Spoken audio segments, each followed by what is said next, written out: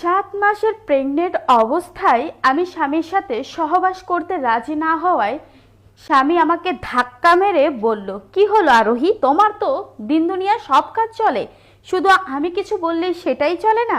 তখন আমি আমতা আমতা করে বললাম, বলতে যাব তখনই আমার স্বামী আমাকে বলল, স্বামীকে যদি স্বামীর সুখ দিতে না পারো তাহলে বিয়ে করেছো কেন, কি দরকার ছিল?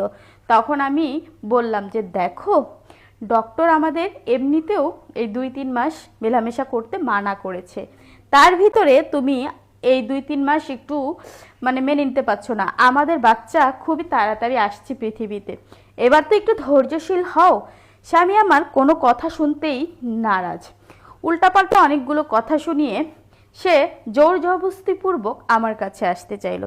তখন আমি বললাম, দেখো প্লিজ আমাকে একটু মাফ করো, অ্যাটলিস্ট কয়েকটা দিনের জন্য। কিন্তু সে আমার কোনো কথা শুনতে চাইলো না। তারপর আমি না পারতে ও ঘর থেকে বেরোয় আসলাম, অন্য ঘরে গিয়ে শোলাম। যাই হোক, সকালবেলা আমার স্বামীর চিৎকার চেঁচামেচির আওয়াজ শুনে ঘুম ভাঙলো। তো আমার স্বামী বলছে, মহারানী এখনো ঘুমাচ্ছেন? আমি কি অফিসে যাব খাবার দাবার না খেয়ে, নাকি ডক্টর আমাকে খাবার দিতেও মানা করেছে? এই কথা শুনে আমি খুব কষ্ট পেলাম। কষ্ট পেয়ে স্বামীকে বললাম, প্লিজ তুমি একটু বসো, আমি তোমাকে কিছু একটা বানিয়ে দিচ্ছি।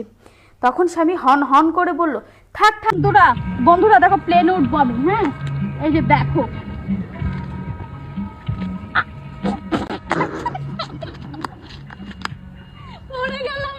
প্লেনে উঠতে পারছি না, আবার ট্রাই করছি, দাঁড়াও।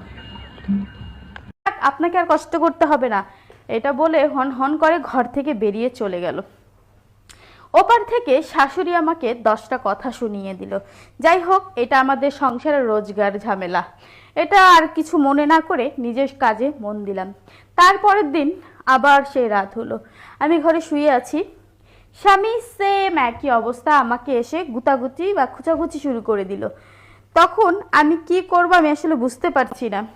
আচ্ছা, এইটা কেমন স্বামী যে বউয়ের কষ্ট বুঝে না, বউকে একটু ভালোবাসতে জানে না?